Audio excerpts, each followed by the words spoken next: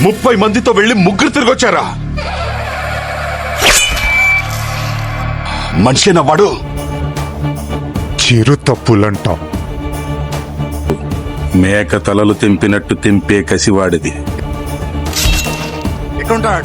బాంబేలో వచ్చిన తుఫాన్ గుర్తుందా? నరికిన మనుషుల రక్తాన్ని మాత్రం ఇప్పటికీ ఏ తుఫాను కడగలేకపోయింది.